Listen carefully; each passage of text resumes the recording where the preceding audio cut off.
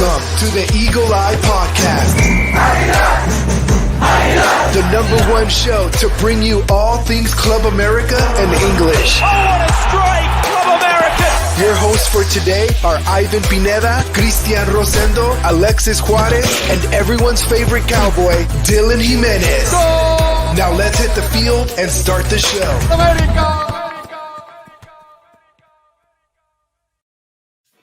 What is going on, ladies and gentlemen, and welcome back to another episode of the Eagle Eye Podcast. Today we got plenty of America news to cover. We're going to be talking that 2-1 victory over Querétaro, and then of course we're going to be previewing the upcoming game against Atlas in the Estadio Jalisco and everything in regards to Coapa, what's going on with some of our injured players. Will Bruno Valdez be joining us anytime soon? A lot of more of that information coming up your guys' way in today's episode. But before I go any further, in today's episode, let me introduce, as always, my co-host. It is Brooklyn's very own AJ. AJ, how are you, my friend? Doing good. Body's aching. Today's Tuesday, so aerobic training. It kicked my ass today, but as they say, no pain, no gain. And well, I'm here, always happy and excited to talk about everything Club America. Perfect. Just a little side note: when AJ does his Pilates, he leaves the window open so his neighbors can fully watch him. So there you guys go.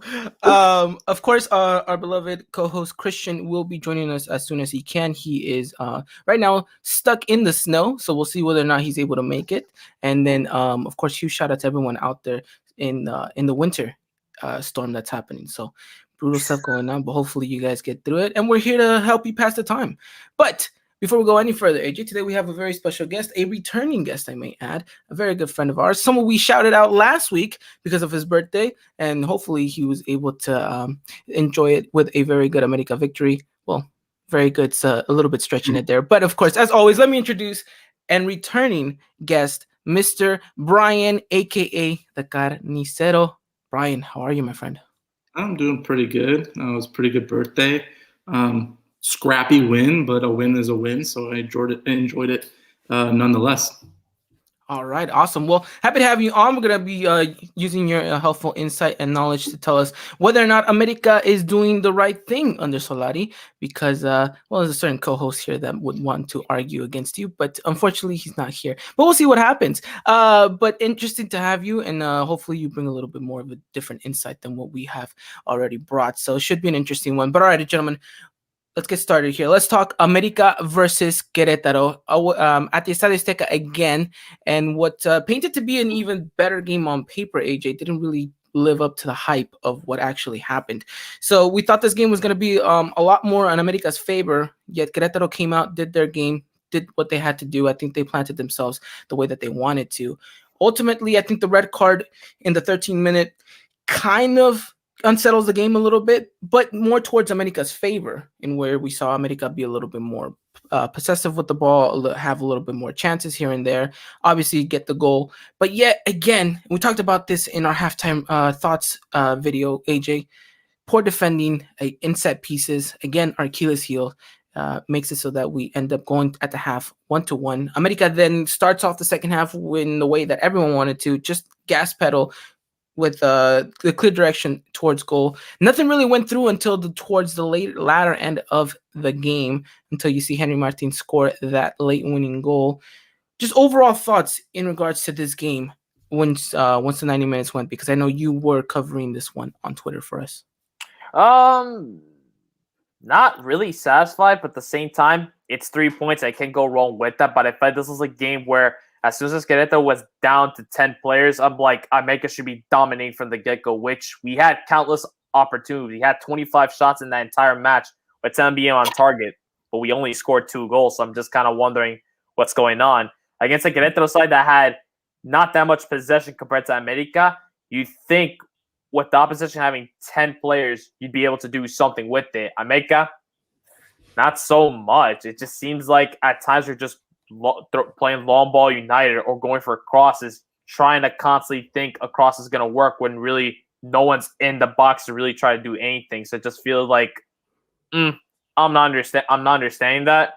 But all in all, I mean, I was happy that Henry Martin got the goal. I feel like it would have been better if Viñas did, because he's on a bit of a goal drought. But a goal's a goal nonetheless. Henry Martin's goal got us the victory at the end, which is all that mattered at the end of the game. Yeah, I agree with you. I think that at the end of the day, the one thing that we can rescue is the fact that America walks away with the 3 points, and then we can build off of that, which I think is kind of been the narrative throughout this whole season. Bryan, talk to me a little bit more about this game from your perspective. I mean, I'm looking at the momentum bar, and there's literally nothing of Querétaro, just bits and pieces throughout the match. It's mostly all America. Does this momentum bar paint the exact picture that we saw on the pitch, or do you think that there was a different story to be told? No, I mean, going up a man, you kind of expect America to deal with possession a lot, but it is true that you continue to see this like lack of ideas where there's a lot of trying to launch something into play. And one thing I would like to see and we'll have to see this with, a team, a more balanced 11v11. Can America start getting players to trust playing on each other instead of, an individual effort and then kind of fumbling the ball? But in terms of this game, I mean, I don't think it's much of a surprise to see what we saw. America had a lot of the ball, and it is fortunate to get the win. But in this early stage of the season, the win matters, and you just kind of hope to start implementing your style as the season goes along, because you're not going to always, the situation always isn't going to present itself. I agree with you. I think that there's, I think we're building up towards that point where we're starting to find some identity, but I think we haven't really struck lightning in a sense. Yeah. So, I mean, again, I think the one thing that you do have to take away from this is that even though there was that goal that we conceded, and because it was poor marking, I think we have to give it off to the defense. Again, they had a pretty solid match all in all. I mean, considering the fact that still, I mean, yeah, you conceded, but I mean, you look at the stats that they were showing on in the game. America has less goals conceded at this point of the season than they did last year. So, I mean, that's something to build upon. And AJ, that's something we talked about last episode as well, is it's the defense doing their job quietly, not really receiving the praises for it. And again, I think, little by little, I think that's where we're going to start building our identity, our foundation, and it's going to start from the back. And so hopefully we'll see, bits and pieces as we go on. But should we be worried that it took us, till what? It was minutes 80-ish until Henry Martin scored that second goal. Should we be worried still at this attacking or at least lack of threat from America? I think it's really just the lack of threat. It doesn't help the matter of fact that we have two forwards who really are in a goal drought. I keep repeating it again. Viñas, he has not scored a single goal since last year, and that was in October. And that makes you worry what's going on with him. Is it COVID? Is it an injury that he had that took out some of that the electricity that just all his overall effectiveness on the pitch? I feel like it's just not there. We did see last game that he played a big role in getting that second goal. He got a shot on target against Akala. Akala deflects it, and Martin gets the goal. Good things to see, but at the same time, feels like it's not much. I think it's not enough. And I feel like while the defense now, it's starting to become one, and it's starting to look really good in the back. I just feel like the offense now is the next thing. We mentioned in last season how defense was the biggest issue, and offense was not an issue at all. Now it's the exact opposite. Defense is looking good. Now the offense is looking really bad. I feel like Solari's still trying to figure out who can I put up front that can get us the goals. And then it's also as well like in midfield when we look at the wingers, whoever that may be, Cordova, Leo Suarez, is just, I don't know, just some things aren't working with them. It just seems like, especially with Cordova, it seems like with each incoming game, I think his form is getting worse and worse, I think, with each game. Though, he did have opportunities in this match to get himself 2 assists, just his forwards kind of failed him, really. But I don't understand. I just feel like offense, it's not clicking. I hope you heard that, Bryan. That wasn't me down talking Cordova, okay? We'll get into a little bit more about not just him, but I think there's some players that still haven't hit the high marks of the season. I think you mentioned Viñas there as well. I think there's a couple names out there that still need to be read out. But Bryan, to you, what did you think America did well in this match? I mean, the constant pressure. I mean, mean, it's kind of an obvious going up a man, but they were continually searching for that goal. There was no to me, it didn't look like there was much complacency, and there were opportunities. That Cordoba found Henry, and shot just didn't go. So I mean, just throughout the game, meaning I feel like the opportunities were there, and you had to be a bit relentless given the fact that they had the ball so much. And they got that goal. It wasn't pretty, but like I said, it doesn't matter. You just kind of hope players can gain that confidence and really get that energy going to this, this upcoming part of the season. Mm-hmm. No, I agree with you. I think that that's something to definitely highlight, and hopefully we continue to see that even when we're not just up a man. I think that's going to be an important thing to kind of keep an eye out on. Very, very important. But I mean, overall, we could sit here and criticize America and some of the players, but I feel like at what point is that going to just help? I think we could take bits and pieces here. But my real question to you two is, by when does America need to have a finalized playing style in order for us to be like, okay, we can contend for something? AJ? I'd say by match day 8, which will be against Pachuca. I feel like at that point, you're in the middle of the season. You need to have a play style and a starting 11 already. If we're still experimenting at this point, I'm worried. And even if it does get us the result, you just want to just say to fans, this is going to be our play style, and this is going to be our starting for the rest of the season. You're going to see little to no changes at that point. We don't want to be constantly experimenting throughout the season. Okay. All right, Bryan, do you agree with that, or do you think that there's still more room to kind of wiggle around? I'll say a little bit after that. I think more when you see the playoff picture becoming more solidified.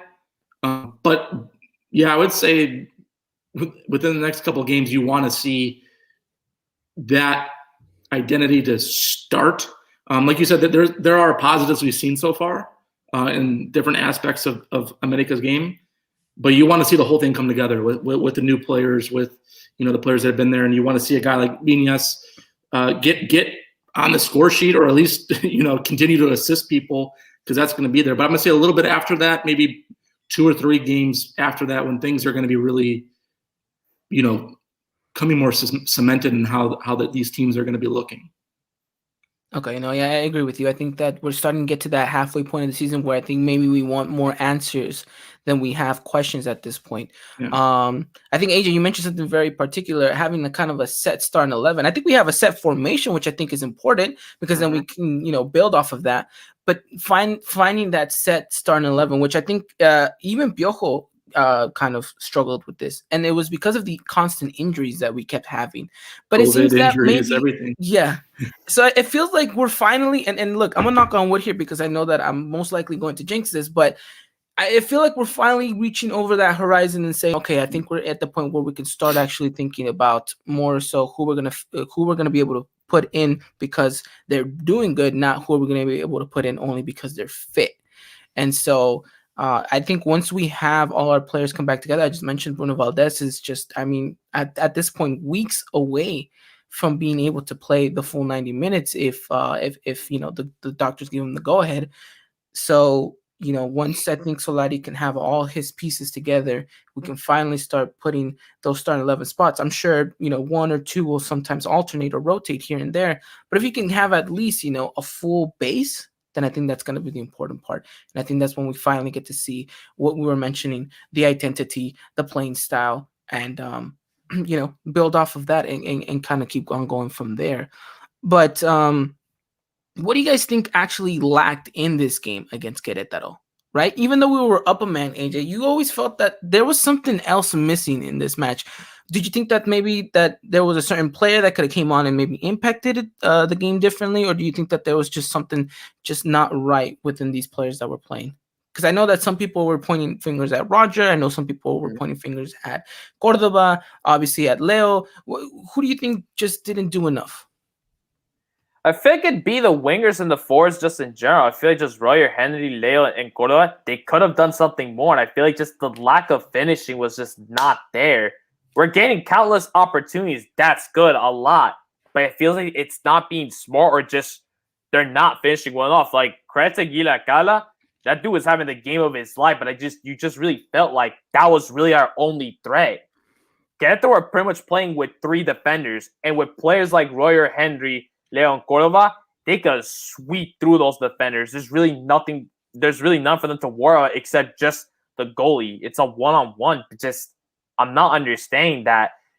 You need to know in this game of soccer, you need to make the most of your opportunities because that opportunity may never come again. It's like in a game of FIFA. You can have 25-something shots, no goals going.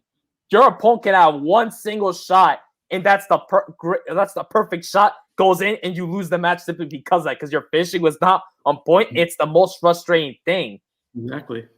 And it's just like, I understand, like, 3 points. No one's going to argue, yeah, we got to win. We're at 3 points. We're sitting up there. We're sitting in second place right now, if I'm not mistaken, which is good. But you're just like, can our forwards just be more clinical with their finishing? Because I think at this point, with the way this game was, it could have been 3 or 4 goals, and I could have seen maybe Henry or something bag a hat trick at this one with the amount of opportunities he was getting. Just someone's got to like tell it to them. You need to finish more because I feel it's going to be another season where other players are going to be scoring. That's good, but you're always going to be relying on the forwards. It's going to be like that time where Mateus Uribe was our top goal scorer with like 8 goals, and no other forwards had more than him at that time. No, yeah, interesting. Bryan, what did you think? What did you think was lacking? No, I agree. It kind of seems like when you need to hit it first time, they're not hitting it first time, or when they they make that one move where they can throw a feint and then get the shot off, they don't do it, and then like I feel like they're always one thing off. There's a second guessing in the attack. It's like I said, sometimes it gets a little bit of a boring play. But no, I agree fully. That's pretty much what I saw out of this particular game. Hopefully you start seeing them rifle shots that are going to start going in like with confidence. And I think there's only one player on that pitch that is taking those first time shots that's kind of making the right decision makings at times. And it's the youngster. It's Santi Naveda. And it's really promising to see someone like that that's coming in and really just playing because you can tell that he's out there and he's enjoying it. Yeah. Like he's fully out there enjoying it, playing for the jersey and for the love of the game. And I think the fact that America has someone like that it's crucial, it's vital, and I don't see anyone on this team sitting him on the bench anytime soon. So should be an interesting thing to see. But again, it's all about consistency, and it's about how you play in week and week out. And I think he understands that, which I think is the most important part. But shout out to him. He's been doing some really good work, got his first goal. So we'll see what he's able to continue to produce out on the pitch. But I think you guys hit it on very well. I think our decision making in the final third has definitely been poor. And I think that's something that everyone's criticized because, of course, America is not the leading team with the most goals this season as compared to last season. Mm-hmm. But I will say this: I think we've had more of a consistent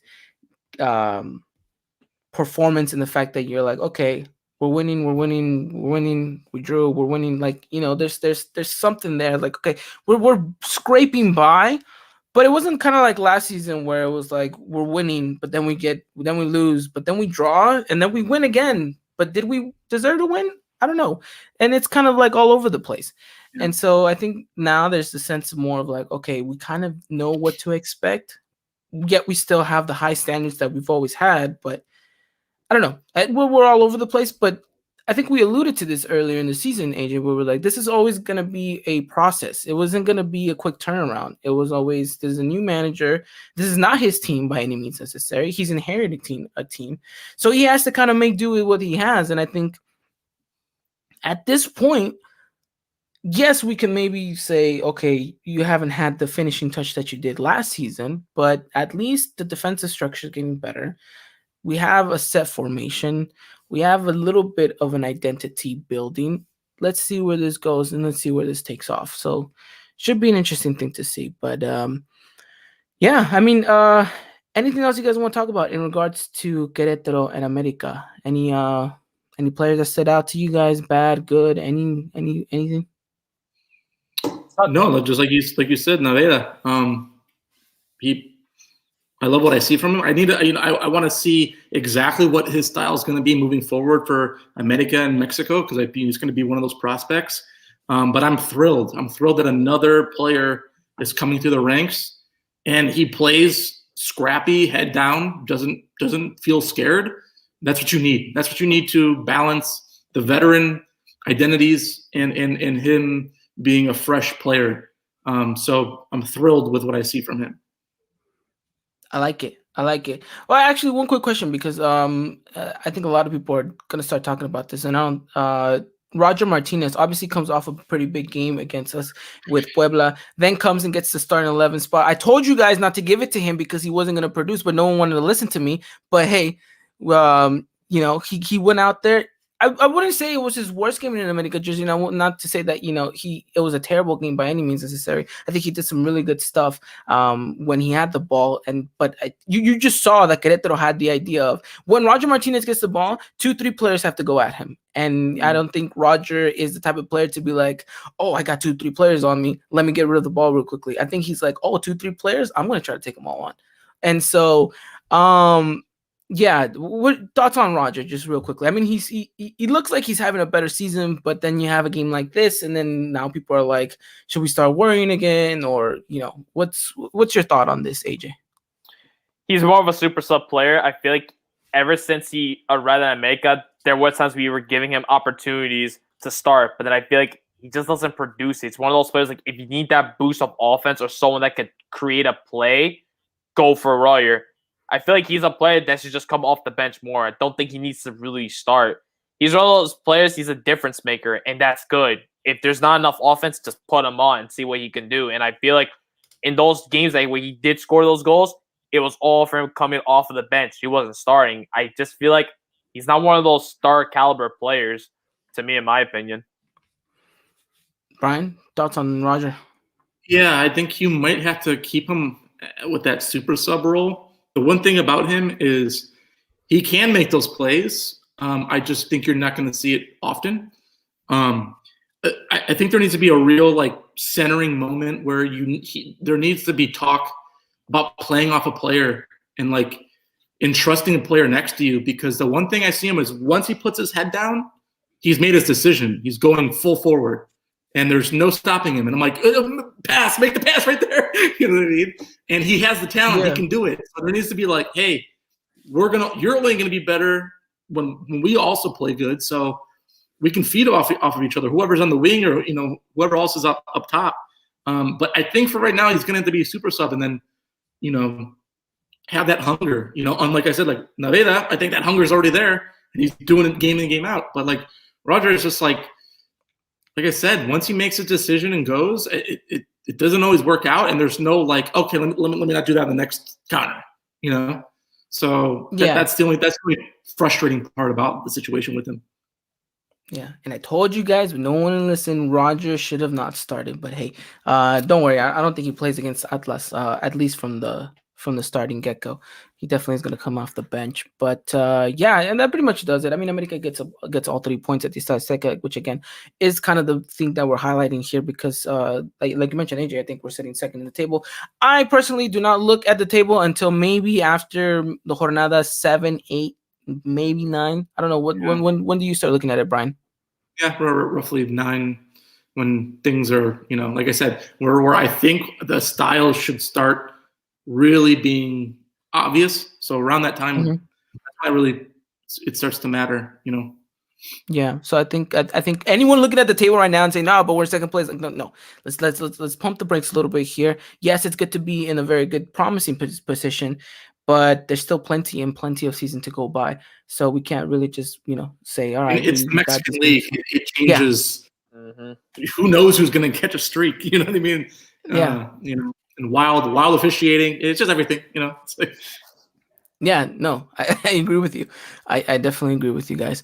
But if that is it, then I think that is it. Yeah, like I mentioned, 3 points at the Estadio Azteca, and America's looking pretty good there. But all right, gentlemen. Before we move on into our next segment, as always, I would like to remind everyone that today's episode is brought to you guys by Foot Cult. If you guys haven't done so already, make sure you guys go check out footcult.com. They have some amazing product going on there, and Bryan can sit here and attest to it. They have some great stuff they just dropped, like I mentioned, that black with like rose design jersey kit. It's beautiful. Get it. Make sure you guys pre-order it. They got, of course, these training tops. If you guys haven't done so already, make sure you guys get the Eagle Eye Podcast one. And anything that you guys like out there, make sure you guys use the discount code EEP at checkout to get 10% off all Foot Cult products. Again, use discount code EEP at checkout to get 10% off. Bryan, that you're here, we have to ask 2 questions. 1, what does Rafa Marquez smell like? Because I know that you had to you had to get that air freshener sent to you as well. And 2, any secret drops or hints that you can kind of allude to here on the podcast? Well, what does success smell like? And that's what you want to go for. I mean, so Okay. We had to go by memory in the media mix zone, and you think, okay, this is what I remember. So we moved forward with that. And number 2, I like it. We're always dropping little hints and little new things. And the one thing, what's beautiful is there's going to be a lot of stuff that's going to be rare stuff. So follow them, follow the Twitter, follow the Instagram, at Foot Cult. And I don't think anyone's going to be disappointed. There's a lot of fun stuff coming. A lot of fun stuff coming, a lot of fun things going on right now at the moment. So you guys do not miss a second of it. You guys will not be disappointed. Use discount code EEP at checkout again to get 10% off. Again, thank you to Foot Cult for sponsoring today's episode. All right, ladies and gentlemen, let's talk. I'm so sorry about that screaming in the background. It is my niece, and I don't know what. I think they just got a package delivered, so please excuse me. But from Foot Cult, yes, from Foot Cult, package just delivered from Foot Cult. So there you guys have it. If you guys want this. If you guys want that same reaction, make sure you guys go and get something from Foot Cult. But all right, gentlemen, let's talk a little bit about Coapa and what's going on in and around the world of America. So as you guys know, Bruno Valdez is close to being returning for us on the pitch again. I think there is about a 2-week period that is still kind of being looked at. They're rumored to be early March, but I will say this: I don't think Solari is the type of player, the type of manager to try to speed rush anyone. So I would think more about mid-March is when we're going to be able to see Bruno Valdez, but that's still very, very soon to what we were promised. So still very promising signs. Good to see that, he's going to be returning very, very soon. Nicolas Benedetti, another player that unfortunately has been injured. And well, at least he had a bit of a knock and they didn't want to risk him. Again, Solari is the type of manager saying, look, there's no need to risk you. We're still early in the season. Let's give you some time to rest. But he has just had a beautiful baby. So we give a huge shout out to Benedetti and, him now having those parental duties to take care of. So shout out to him. And then anything else I'm missing here, AJ, in regards to the news? If anything, birthdays. Nicolas Castillo's birthday was on. You know what? A lot of people have birthdays on Valentine's Day. I didn't know that. Would you look at that? Yeah, this is crazy. And now that I said it out loud, it sounds even crazier. But it's a slow news day in Coapa, which I think is a good thing. Actually. It's a good thing whenever it's a slow day in Coapa. The less that we're in the media, the more that we know that we're actually doing stuff in the training grounds behind closed doors. So, keep in tune with us over on Twitter, Instagram, and or Facebook. We're going to have you guys covered with all things America.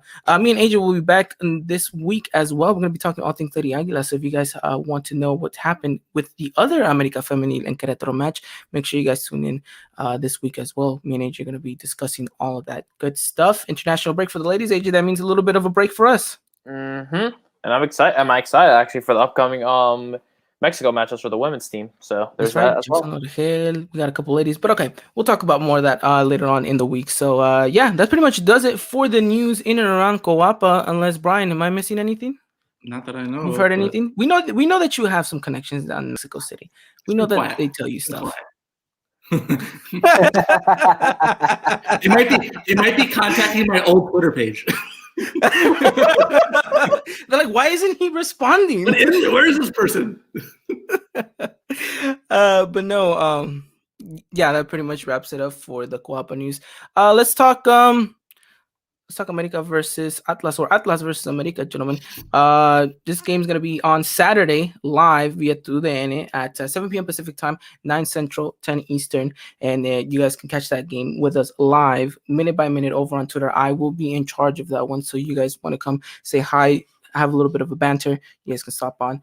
And should be an interesting one. All right, gentlemen. So we talked a little bit before we got on air that we're going up against an Atlas side that is on a little bit of a streak. I wouldn't say a hot streak, but they're on a bit of a streak. 3 games in where they haven't been defeated, and they just came up against Pachuca where they won, I believe, away from home. Correct me if I'm wrong, AJ. Yes, away from home. So they're, they got some pretty good momentum coming their way. Is there something that we should be worried at this point, Bryan, with our form away maybe hasn't been the best? We lost against Monterrey, we drew against Santos when we should have won. Now we're going up against an Atlas side in a stadium where that usually isn't favorable to us. What are your thoughts coming into this one? Yeah, so you got a team, 30 games, they haven't looked horrible.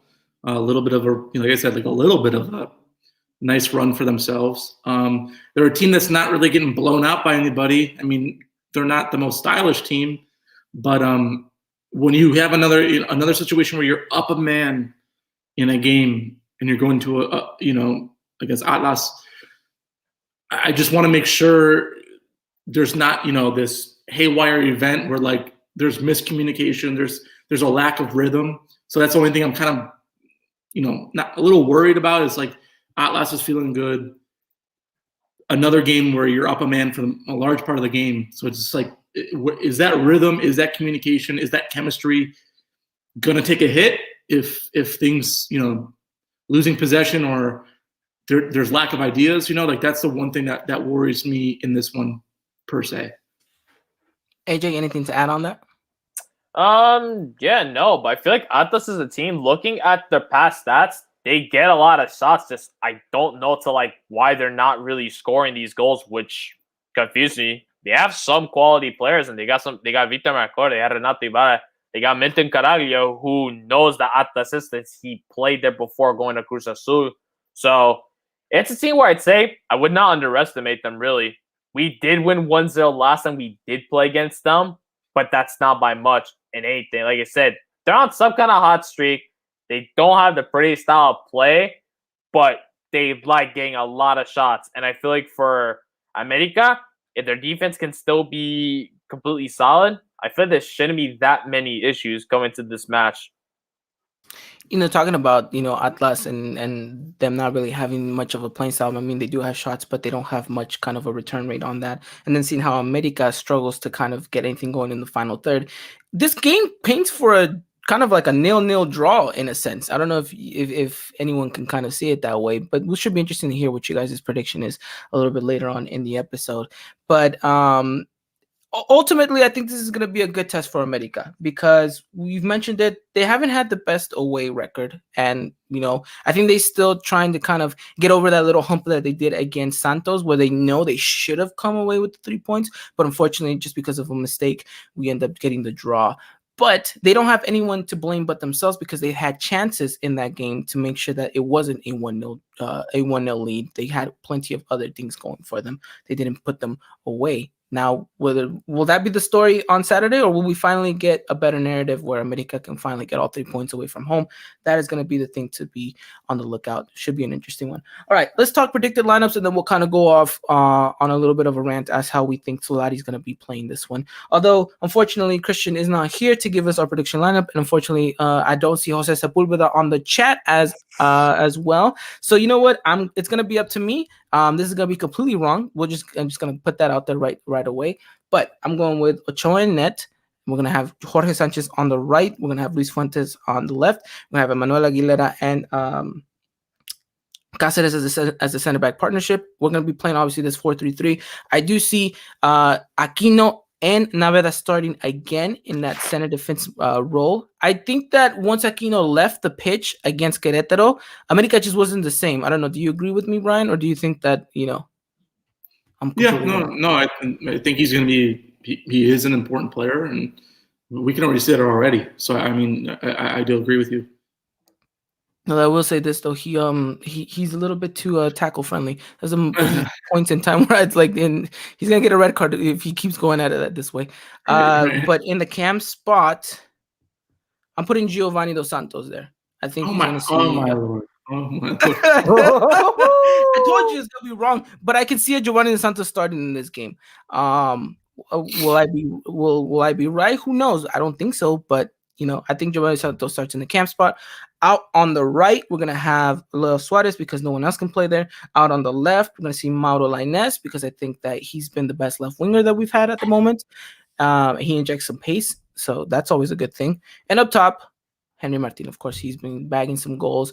Can't deny that. And why take him off when he's on a bit of a run here? So we'll see whether or not he can bag another one. All right, just thoughts in general about this starting 11. I already know Bryan doesn't like the whole Giovanni Dos Santos thing, but AJ, what are you thinking in regards to this? Interesting, considering we're playing a 4-3 because this entire season we've been playing a 4-4-2 and a 4-2-3-1, and just hearing Gio, I'm kind of like, what does he even bring onto the pitch? At this point, it's like you might as well just have Royer there instead. It's come to the point when people like we play 10 men with Royer. I'm like, nah, we play 10 with Gio because this man's explosiveness is gone. He doesn't make much of an impact as many thought he would when we first brought him onto the team. So interesting. You should have just put Chucho Lopez there and say he might have done more than Gio at this point. No. God, no. Bryan, obviously, you've made your point across that Gio should not be starting, but anything else kind of stand out in that possible starting 11? No, I mean outside of that, I mean I think that's a lineup that can potentially get 3 points. I mean he's right, and the explosive nature of Gio is pretty much gone. Sad. Although I kind of predicted that how the way it ended in LA for him. Yeah,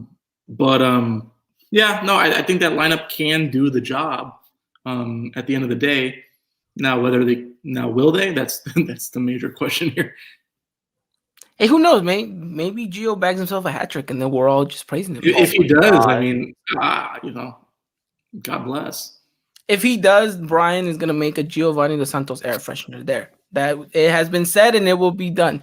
I'm getting a call right now. Okay. We're good. Quickly, before we move on to kind of tactics and all that stuff, what are your thoughts about Mauro Lainez? Do you think that he's been a pretty good fit for America? Do you think that he isn't? I am just curious to hear what your thoughts are. No, there needs to be change, and there need to be signings coming off of that last season. I will say he kind of runs out of ideas on the wing at times, where he really wants to beat the defender, and when it doesn't happen, kind of like Roger, there seems to be a disconnect about rectifying that problem. But no, I think it's a solid signing. I don't think it's a superstar signing, but he will be very useful for this team, I think. Yeah, and I think we saw him in a very interesting role against Querétaro with playing kind of that left back position, which he has done with Cholo. So it'd be interesting to see if maybe he can make a name himself even in that position. But okay, let's talk a little bit more about this game and how America might approach it, regardless of the players that are going to be fielding the pitch. What have we seen so far, AJ, this season that makes you think that, okay, for sure, Solari's going to instruct the team to do this? It's just the idea that we're going to constantly try to cross the ball. It does work in our favor at times where we do find someone in that box and they have the ball. We've been seeing time and time again. It does work, even though we're not always wanting to do that. We like using the wings a lot. We're going on the left side a lot. We're using it. Whoever's on the left side of the pitch, they're going to be getting that ball and making their way to the corner and cross it and just hope someone is there available. If not, they try to cut in themselves and give a short pass to whoever can approach the ball. Then on the right side, Leo Suarez, he does have his moments where we do see some explosives and some good plays from him, which is nice. But all I just feel is the midfield, they're going to really be the ones that have to be creating the play. They go up front and get themselves something. Santi Navera, we already know how this kid is. He's not afraid. He gets the ball and he sees an opportunity at goal, he's going to go for it no matter what. and then whoever's coming right next to him, pretty much they're gonna do the same thing, do the defensive duties. And then the forwards, really, they're just gonna try to get any ball that they can get and go for that shot. I think America, all in all, if they see an opportunity for them, they're gonna go for it. Okay, nice. I think I think I agree with you on that, and I think that there's gonna be some players out there looking to kind of maybe take some mid-range shots, which I think America's lacking at this point. You've had the chances, take them. Yeah. Bryan, what do you think America's gonna do right here with against Atlas, or what they should be doing? Well, what I see done right is, let's say America is actually fairly dominant with possession, and Atlas needs to live off that counter. Can you cut them out to where you're frustrating them, and then get that quickly transitioned into your attack? I think if they do that, this could go very well for America. But if they are kind of letting them get fairly dangerous opportunities, that could, be a bit of a problem on a team that's, I'm sure, feeling pretty good, given their, recent history. But yeah, that's if they can frustrate them on their own game, that's going to be huge for America. Yeah, I mean, I hate to bring this up, but do you guys think that the plan is to get an early red card for Atlas or something? I mean, hey, that'd be nice. I mean, because you just mentioned right now, Bryan, frustration, and it seems that that's something that they've been kind of good at, is getting a little bit under the skin of some of these opponents. So, could we see something similar like that? Maybe, but at the same time, part of me is like, I kind of want 11-11 in there just to see like America feel confident. I mean, like, again, results matter, but also how you get those results also kind of matters eventually. Because there's going to be games where you're going to be the one that's frustrated. So yeah. Well, I wouldn't be surprised if there's going to be if there's a rough game, but it depends on how the official is calling it. Some days a handball is a handball. Some days it's not. Yeah. So maybe that red card is just a warning on the next one. Oh yeah, they need to patch that up somehow. But again, yeah, that's an external factor that I think no one can control, and it's gonna be the referee on his own day. And I think America has to work their merits on their own ground. But we mentioned Atlas. We kind of already understand how they're going to be playing against America. It's going to be no surprise that they're going to be looking to get us on the counter, which is something that Querétaro planted themselves very perfectly at the Estadio Azteca, which I think is something similar to what we'll see Atlas do. America will have the ball possession. We'll definitely try to move passes here and there. What I don't want to see from America, and I think we've mentioned this before, is passes back and resetting every other play. I want to see a little bit more kind of directness from them, right? Be a little bit more adventurous. Take a player on. If you're on the wings, and this is what I hate and frustrates me, it frustrates my dad when we're watching this. Whenever Leo has the one-on-one, or when George or Jorge has the one-on-one, it's usually George who ends up taking on the one-on-one rather than Leo. But I hate the fact where they're like, oh, there's a player in front of me. Let me touch this side. Let me touch back. And then reset all over again. Like, be a little bit more daring. Like, I get it, but get to the touchline and try to get that one-on-one chance. And you're the winger, so you should have the ability to be able to take at least one player on. I'm not asking you to take on the whole defense, right. But I think because if you do, it kind of breaks that little barrier, and now you've kind of opened yourself up to, okay, can I go a little bit deeper? Can I get a cross in? Can someone make a run? Well, the options then get plentiful. So I want to see a little bit more direct passing from America. Not too much long ball United, AJ. I know we've talked about that before too. No long ball United. But quick short passes, play the 1-2. And really, it's the simple things that America needs to get right before we start getting into any more complex situations, especially in that final third. But defensively, what do you think needs to continue to be kind of cemented and keep doing well, Bryan, for America?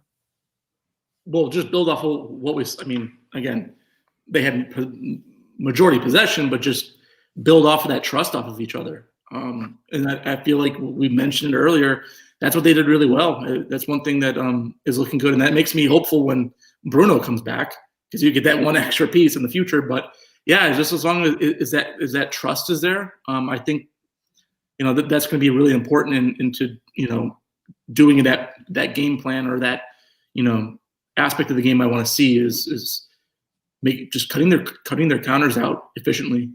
That's what I hope, and then moving it through the midfield. But also wanted to touch on something you said about resorting to passing back. I also just don't want to see crosses. It actually goes back to maybe take that shot, a distance shot, maybe play off a player, like just mix it up. Just mix it up just that bit so that you can go to the wing and now that's the fresh, aspect in that moment, instead of just, okay, let's reset, and then, okay, let's send it across. And it just doesn't, it doesn't always resort to something, I think something that Christian definitely mentions all the time is we become very much very readable what we're doing, right? Teams can definitely set themselves up and be like, well, they're going to cross, so let's give them a little bit down the wing, and we know their wingers aren't the best crossers, so let's just kind of give them that avenue. So we'll see. Like you mentioned it perfectly. I do think that switching it up is going to be important. Will they do it? They still yet to kind of shock us in that sense, but hopefully this will be the game. All right, AJ, talk to me a little bit more about your favorite Argentinian player on the team, Emmanuel Aguilera. He's really come to the role of being kind of that leader in the center back partnership. I think he's definitely upped his game, and again, I think he's really playing for another contract here, and he knows that it's his contract's until the end of December. But I think he's trying to put in a good shift to be like, hey, I am your man for another year, even after this, which I don't think he is, but he's at least playing to that standard. So it's going to be interesting to see what he can produce in this game. But what do you think he's done right, and what do you want him to continue to do? Because I do think he is kind of the leader of that defense. It's just the effort that he pulls in with every single game this season so far. I think since he's come back, it's trying to say and trying to win the aficionados of America back, trying to say, you can trust me on this one. We had many doubts last season, just the way he is. And I feel like just ever since he first arrived in America, he brings in his goal scoring when it comes to free kicks and penalties, but he's like complete liability in defense. But I think in this season alone, I think Soler has changed that completely from him. He's come from a player we criticize heavily so much, so it's like, I don't mind him actually in defense. That could potentially change when Bruno comes back, or Bruno takes Gastos. Whatever that case may be, like you mentioned, he's fine for that contract extension. It's only for one more year, but if anything, if the directors like what they see and Soler likes what he sees, is say, let's bring it out for another one. Let's add another year to his contract. I just like it. Look what he didn't get it, though, and I feel like not many people pointed out. I know the comments are doing that, saying like the little tap that Ochoa made with his hands, but you gotta realize Emma was the one that fought all the way to go into the ball and clear that ball right out. And I'm just like, that's the effort we want to see in the defense. And I feel like he's essentially the captain of this defense right now until Bruno comes back. And I'm liking it.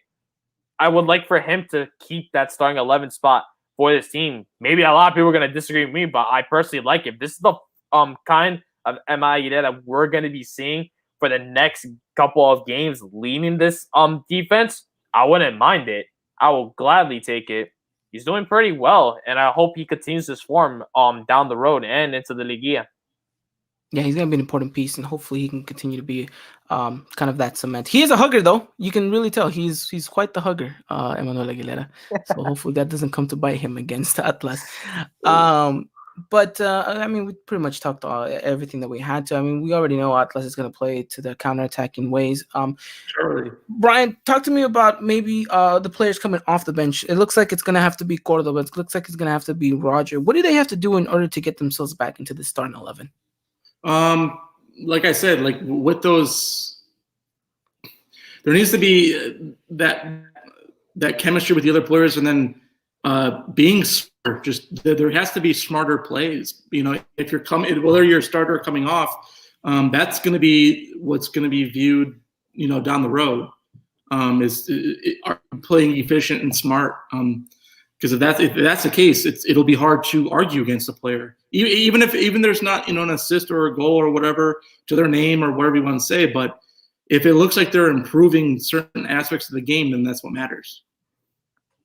Yeah, I completely agree with you there. I completely agree with you. All right, gentlemen, let's talk predictions here. give me your prediction, AJ, for the game on Saturday. 2-0 win for America. 2-0 win for America. Bryan, what are you going with? I'm gonna set my expectations a little bit low. I'm gonna say 1. 1-1. Bryan's going for the draw. I'm going with a 1-0 victory for America. Positive note here is that me and AJ think we're gonna get a clean sheet. I think that's important. Bryan, on the other hand, he's not. He's very much being a Debbie Downer here. Choking extra time, and they score off a set piece.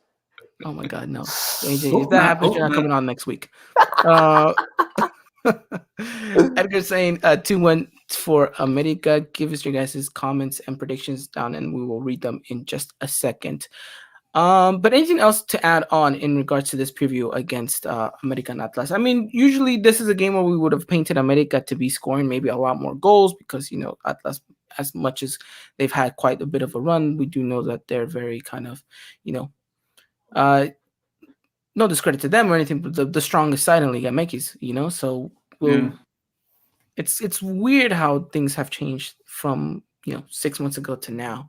But I think overall, this game still paints to be interesting, even though there might not be that many goals. I do believe there will be just as much chances. So I think the goalkeepers are going to be a little bit busy in this one. So we'll see how it goes. My twin here saying, I need a dominant performance and a clean sheet. 2-0 would do it for me. So shout out to Ivan out there. He's going for a 2-0 victory. Anything else to add on, gentlemen? No, I just want to see. I want to continue to see Naveda look the way he's been looking and having that confidence, having that rhythm right now. I would love a 2-0. That would be a fantastic, score line. I want to see this America side, and this is going to happen overnight. This is not going to happen just when they play, this weekend. But I want them to get to a point where it's like, okay, put them in a scenario what we saw in December. You're going to a bubble to play the CONCACAF champions, and you're like, it's going to be hard to this team. I want to see that type of America, not who's going to be playing midfield? You know what I mean? Like who's going where? Exactly. I want to see that, and we said that the identity or whatever, the multiple ways you can attack a team and trust who's you in the defense. That's all you can ask for. That as a fan, that's all I want to see. And it might start with this weekend, but getting is also important right now, and then hopefully we'll start. Yeah, no, I agree with you. I think that's going to be an important factor. Also, it reminds me, thank you, Bryan, for bringing this up. I am a terrible co-host, and AJ, you're terrible for not reminding me as well. Obviously, we have CONCACAF Champions news. America is going to be playing against Olympia, and that game's going to be in around April. So sorry that we did not inform you that in this podcast right now. Again, my apologies. But just quickly, how do you guys feel about the draw? AJ, by the way, I called it. You know that I did. Thoughts on the opponent? Pretty tough side, actually. Not gonna lie, they did knock out the MLS Cup champions. The Seattle Sounders. Yes, it was during CONCACAF, and they give Alajuelense a scared in the Liga CONCACAF as well. And they played against one of the giants in Costa Rica. So to just see results like that, it's pretty interesting. And during the run in the CONCACAF Champions League, they look pretty surprising. Not gonna front really. So they look good, and in Liga CONCACAF as well. They played well, and they're the biggest team in Honduras. So it's going to be pretty fun to see America, the biggest team in Mexico, battle it out against the biggest team in Honduras. So it's going to be pretty exciting to see how this game is going to end up. All right, Bryan, your thoughts? No, it's going to be, I think it's going to be a good battle. If that's a game where America, the one thing that scares me is if we see a game like we did last spring, where there was probably 28 fouls on the other team, and I think 1 or 2 yellow cards, and that game scared me. And I know this is a different team, a different place, but being, I just hope America doesn't underestimate a team, especially if they play physical. Don't underestimate because that'll be their version of frustrating you. So I'm excited. And we know how the Hondurans play. They play tough and dirty. They will foul you left and right. Yeah. So I'm excited. CONCACAF fever. CONCACAF fever right back at it. When you said well, the one thing I'm scared of, I thought you were gonna say Christmas there. I had a flashback. But yeah, there you go. Flashbacks. But no, yeah, it should be an interesting one. And again, we're gonna have you guys all covered whenever that comes around, like we said, in April. So make sure you guys stay tuned and ready for that. Should be an interesting one. But all right, gentlemen, I think that pretty much wraps it up. One last thing I want to ask before we kind of close the curtains here. 17 years of Guillermo Ochoa as of yesterday. You guys' thoughts on the Mexican goalkeeper? Quickly, briefly, Bryan, what is your thoughts on Ochoa so far in his career? Well, you know, a legend with the club. I think, in my personal opinion, the 2014 run was probably the best you'll ever see a goalkeeper in a Mexico uniform for quite some time.